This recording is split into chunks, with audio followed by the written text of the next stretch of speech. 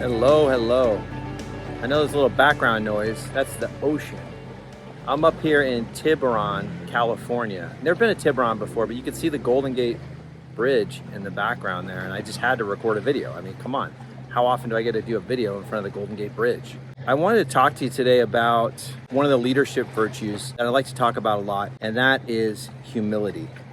And I kind of want to do a series on leadership virtues because virtues to me are like those qualities and traits of a leader that makes you really good at what you do.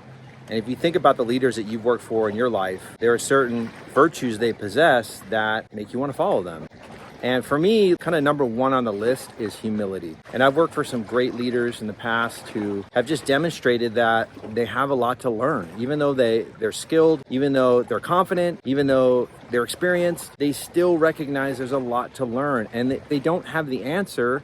They're willing to admit they don't have the answer and say, you know what, I don't know, but let me find out and let me get back to you. The reason that this comes to mind is because when I get an opportunity and a privilege to coach people, and I coach people in public safety, we do an assessment process, and we do a 360-degree assessment process. And during that process, they get rated. They get rated by their peers, by their bosses, by their subordinates, and then they do a self-evaluation. And I noticed something interesting. I noticed that the people who rate themselves lower, like significantly lower than the people that rate them, the people that work around them, that tells me that they have a high level of emotional intelligence and they have a high level of humility. And I don't think it's a coincidence. I don't think it's a coincidence that those people that rate themselves low are also rated really high by the people that they work with. That's not an accident. That humility, that vulnerability speaks volumes to your people, to the people that you work with. It's something that I work on all the time, and maybe it's something that you are working on too. But let's keep talking about these leadership virtues. Let's figure out, how to be the best leaders that we can be. And I'm gonna enjoy the rest of the scenery here.